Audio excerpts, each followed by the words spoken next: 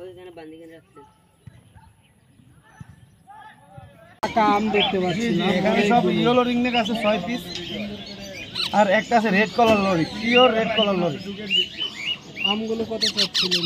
পাকা আমগুলো মাত্র 10,000 টাকা করে পার পিস। মাত্র 10,000। মাত্র 10,000 টাকা পার পিস। মাশাআল্লাহ, চমৎকার একটা রেট সাইকেল ভাই দিল, মাত্র 10,000 টাকা। আর এই যে লরিটা কেমন পড়বে? লরিটা 12,000 টাকা। 12,000 টাকা। চমৎকার পাখি।